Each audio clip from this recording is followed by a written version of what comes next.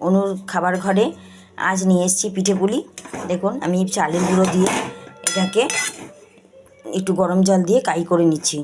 নিয়ে এটা যখন পুরো কাই কাই হয়ে যাবে তখন আমি একটু ঠান্ডা হলে সেটাকে আমি করব। এই যে চালের গুঁড়ো নিয়েছি, চালের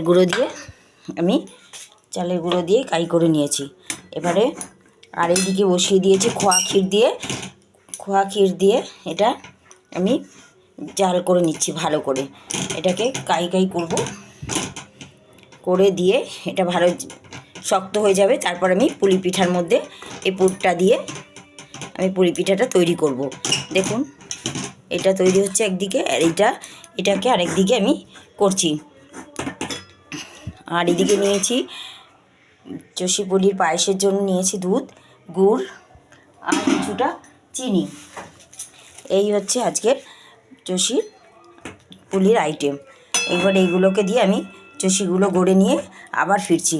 চষি পুলি এগুলো গুড়ে আবার আমি ফিরে আসছি কিছুক্ষণ বাদে। এগুলো গড়ে নিই, তারপরে দেখুন আমি উল্টে পাল্টে কাইটাকে ভালো করে একটু ঠান্ডা হোক, তারপরে আমি এটাকে ঠান্ডা করে নিয়ে তারপরে ভালো করে মানে ডো করে। আর এদিকে আমার এই খোয়া ক্ষীরটাও হয়ে এসছে। দেখুন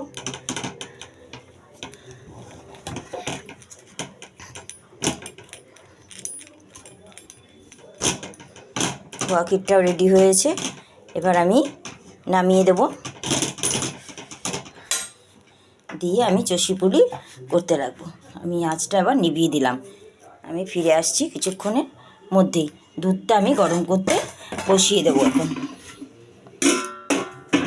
গরম হতে থাকবে আর আমি রেডি করতে থাকবো পায়েসটা।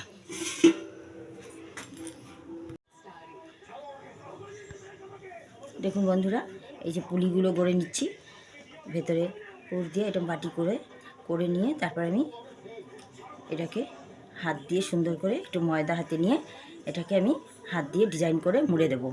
আর কয়েকটা করা হয়েছে, বিভিন্ন রকম ডিজাইন করা যায়, যে যেরকমভাবে খুশি সেইভাবেই ডিজাইন করে নেবে, তাহলে দেখতেও ভালো লাগবে। আর যখন গুড় দিয়ে জাল দেওয়া হবে দারুণ টেস্ট লাগবে। নতুন গুড়ের পায়েস, নতুন গুড় দুধ দিয়ে দেখুন এই একটা ডিজাইন করলাম। আর এদিকে আমি চষিগুলো কিছুটা করে নিচ্ছি। দেখুন এইভাবে চষিগুলো এইভাবে আমি গড়ে নিচ্ছি। পুরো হয়ে গেলে আমি ফিরে আসছি দুধ দিয়ে এটাকে জাল দেওয়ার জন্য। যখন সেদ্ধ হয়ে আসবে তখন দেবো গুড়। দেখুন দুধটা এরকম ঘন হয়েছে। এর মধ্যে আমি ওই চষি আর পুলিগুলোকে দিয়ে দিলাম, দিয়ে আস্তে আস্তে গুড় আর চিনি দিলাম, আর আস্তে আস্তে সাইড দিয়ে নাড়তে লাগলাম। একটু ঘন হলে তারপরে আমি মিষ্টিটা চেখে নামিয়ে দেব। দেখুন এগুলো প্রায় সিদ্ধ হয়ে এসছে। পুলি চষি কালারটাও বেশ ভালো হয়ে এসছে।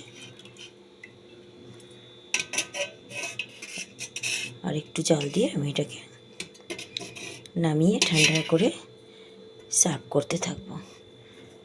দারুণ হয় এরকম হালকা করে ঝোল পুলি চষির পায়েস, খুব টেস্টি হয়। আর শীতকাল তো জমে যাবে। দেখুন আমি এরকম অবস্থাতেই করে নামিয়ে দেব। এটাই জমে যাবে সকালে।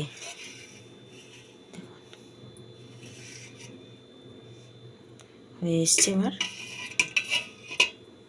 এরকম নতুন রান্না পেতে চ্যানেলটি সাবস্ক্রাইব করবেন, লাইক শেয়ার করতে ভুলবেন না। ভিডিওটি দেখার জন্য ধন্যবাদ।